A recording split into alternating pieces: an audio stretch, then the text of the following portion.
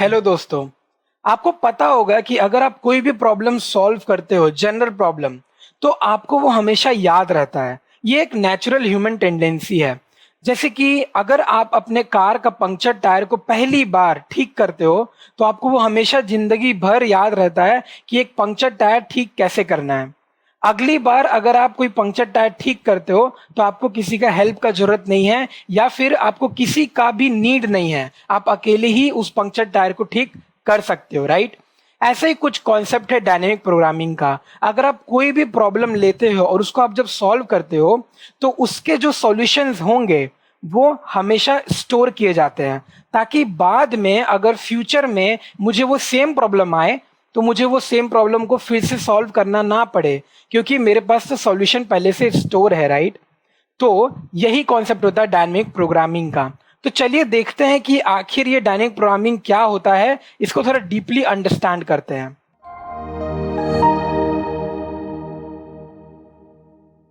Video को शुरू करने से पहले मैं आप लोगों को बताना चाहता हूँ ग्रेट लर्निंग एकेडमी के बारे में। ये एक फ्री इनिशिएटिव है जो ग्रेट लर्निंग ने शुरू किया है। यहाँ पे आपको 200 से ज्यादा फ्री कोर्सेज मिलेंगे, जिसमें हजारों घंटों का फ्री कंटेंट आपको मिलेगा, और वो भी खूब सारी बड़ी इन डिमांड टॉपिक्स के ऊपर, और ये सब कम्प्लीटली फ्री रहेंगे। रजिस्टर कीजिए कोर्स को और अपना फ्री सर्टिफिकेट ऑफ कंप्लीशन पाइए। लिंक इस वीडियो के नीचे डिस्क्रिप्शन में है।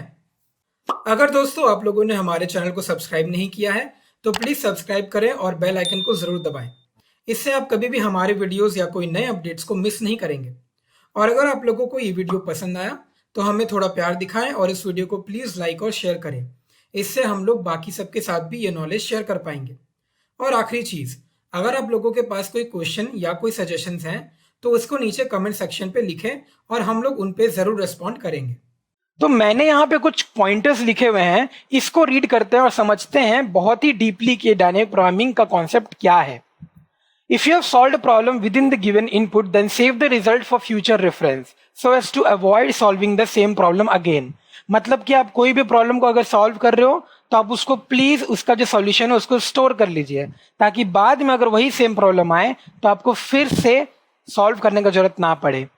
Second point, if the given problem can be broken up into smaller subproblems and these smaller subproblems are in turn divided into still smaller ones, then we have to do so. मतलब कि आप एक problem को बहुत ही minimal सब problems में divide कर दीजिए, तो वो सब प्रॉब्लम सॉल्व करते करते आपका प्रॉब्लम तो सॉल्व हो ही जाएगा। Third point, it is similar to divide and conquer in breaking down the problem into smaller chunks and yet smaller possible सब प्रॉब्लम्स। डिवाइड एंड कॉन्कर भी एक कॉन्सेप्ट है, एक प्रोग्रामिंग कॉन्सेप्ट है। ऐसा ही होता है डायनेमिक प्रोग्रामिंग, लेकिन दोनों में बहुत अंतर है। देखते हैं कि डिफरेंस क्या है।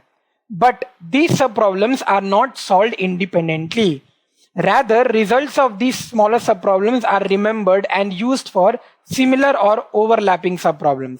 मतलब कि हम लोग इन सारे सब प्रॉब्लम्स को इंडिपेंडेंटली सॉल्व नहीं करते हैं, हम लोग इन सारे स्मॉलर सब प्रॉब्लम्स का जो रिजल्ट है उसको स्टोर करते हैं और बाद में फ्यूचर रेफरेंस के लिए इन स्टोर्ड वैल्यूज को यूज करते हैं। तो ऐसा कुछ कॉन्सेप्ट होता है डायनेमिक प्रोग्रामिंग का। तो चलिए अब ये देखते हैं कि डिफरेंट कैरेक्टरिस्टिक्स क्या है डायनेमिक प्रोग्रामिंग के।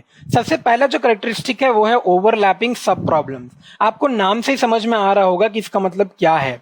अब देखिए यहाँ पे क्या लिखा है, sub problems are smaller versions of the original problem. ये तो हमें पता है। Any problem has overlapping sub problems if finding its solution involve solving the same sub problem multiple times. अब बहुत बार ऐसा होता है कि सब प्रॉब्लम्स जो हैं वो हमेशा हमें सॉल्व करने पड़ेंगे, राइट। तो ये जरूरी नहीं है। अगर आपको सेम प्रॉब्लम बार बार आ रहा है तो आप वो प्रॉब्लम को बस एक बार सॉल्व करो और उसका रिजल्ट को स्टोर कर लो, ताकि बाद में अगर सेम प्रॉब्लम आए तो हमें सिर्फ उसका सॉल्यूशन को यूज करना पड़े, उसको पूरा सॉल्व नहीं करना पड़े। इसी को बोलते हैं हम लोग ओवरलैपिंग सब प्रॉब्लम्स। दूसरा जो कैरेक्टरिस्टिक्स है वो है ऑप्टिमल सबस्ट्रक्चर प्रॉपर्टी। समझते हैं कि ये क्या है। तो बेसिकली आप कोई भी प्रॉब्लम को अगर सॉल्व करते हो तो उसका एक ऑप्टिमल सॉल्यूशन निकलता है।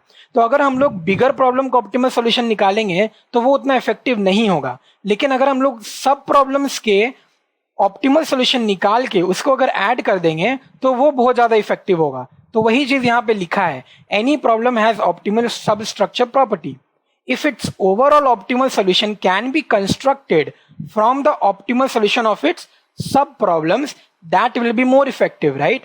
तो वही होता है ऑप्टिमल सबस्ट्रक्चर प्रॉपर्टी का कॉन्सेप्ट। तो चलिए देखते हैं कि वो कौन कौन से डिफरेंट मेथड्स हैं जिससे डायनेमिक प्रोग्रामिंग किया जाता है। सबसे पहला जो मेथड है वो है टॉप डाउन विथ मेमोराइजेशन। समझते हैं कि ये मेमोराइजेशन क्या है, और मैं आपको ये भी बता दूं कि ये मेमोराइजेशन नहीं है, ये मेमोराइजेशन है। और मेमोराइजेशन का कॉन्सेप्ट क्या है? बेसिकली आप जो सब प्रॉब्लम्स को सॉल्व करते हो और इसका जो रिजल्ट को स्टोर करते हो उसी को हम लोग बोलते हैं मेमोराइजेशन। और अब इसका नाम जो है टॉप डाउन क्यों दिया गया है? तो बेसिकली हम लोग जो जर्नी स्टार्ट करते हैं प्रॉब्लम को सॉल्व करने का, वो हम लोग टॉप से स्टार्ट करते हैं और फिर डाउन में जाते हैं। मतलब कि हम लोग सबसे पहले प्रॉब्लम को सॉल्व करते हैं, उसको डिवाइड करते हैं सब प्रॉब्लम्स में, फिर जो सब प्रॉब्लम्स है उसको सब प्रॉब्लम्स में डिवाइड करके उसको पहले सॉल्व करते हैं, राइट। तो यहाँ पे वही चीज लिखा हुआ है, we start our journey from the top most destination state and computes its answer by taking in count the values of states that can reach the destination state। मतलब हम लोग टॉप से फिर नीचे आते हैं डेस्टिनेशन तक, ताकि हमें अपना सब प्रॉब्लम का वैल्यू मिल जाए और हम उसे स्टोर कर लें। यही होता है एक टेक्निक, इसको बोलते हैं top down with memorisation. Second जो मेथड है वो है बॉटम अप विथ टेबुलेशन। अब आपको समझ में आ गया होगा कि दोनों में क्या अंतर है। दोनों बिल्कुल ही ऑपोजिट है। टॉप डाउन में हम लोग ऊपर से नीचे जाते हैं, तो बॉटम अप में हम लोग नीचे से ऊपर जाते हैं।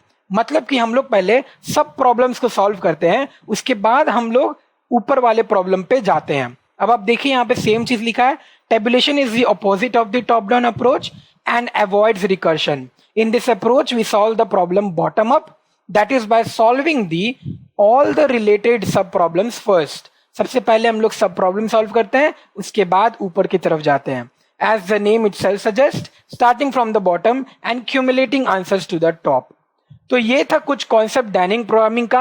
आई होप कि आपको समझ में आया होगा एंड आई होप कि आपको ये वीडियो भी बहुत ज्यादा पसंद आया होगा। मैं आपको जल्द ही मिलूंगा, तब तक के लिए thank you so much, bye bye, take care.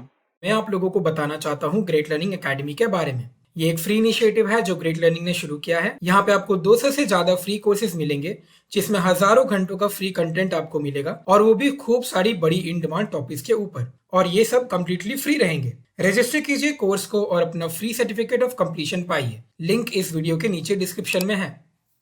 अगर दोस्तों आप लोगों ने हमारे चैनल को सब्सक्राइब नहीं किया है तो प्लीज सब्सक्राइब करें और बेल आइकन को जरूर दबाएं। इससे आप कभी भी हमारे वीडियोस या कोई नए अपडेट्स को मिस नहीं करेंगे।